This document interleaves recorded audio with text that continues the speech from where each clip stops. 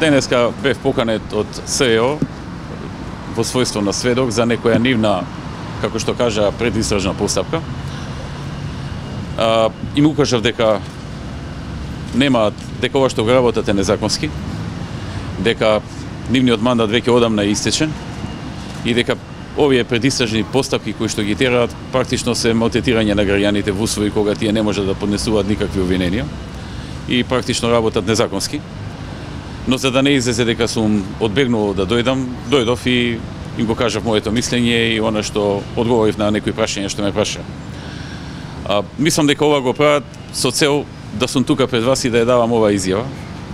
И наместо да се зборува за она што се случува во државата, наместо се зборува за најавеното промена на име од страна на ЗАЕФ, наместо се зборува за непокачувањето на ветените 100.000 денари плата на лекарите или 500 евра посечна плата, или скандалозниот договор со Бугарија, или пак двојазичноста која што СДСМ ја промовира во парламентот, да се зборува за тоа дека јас сум бил повикан во СЕО и дека сум дал некакви изјави во својство на сведок. Тоа е целта практично целата ова работа, све ова политички. Јас сум работил законски и све ова политички со цел да се оттргне вниманието од основните проблеми со кои што се соочува државата и граѓаните, за да се зборува за нас, за минатото и на некој начин да се замајува јавност. Ќе ја негирате содржината и на судењето? Знаете што? Членот 12 од законот за став 2 од законот за кривична постапка е многу јасен. Дека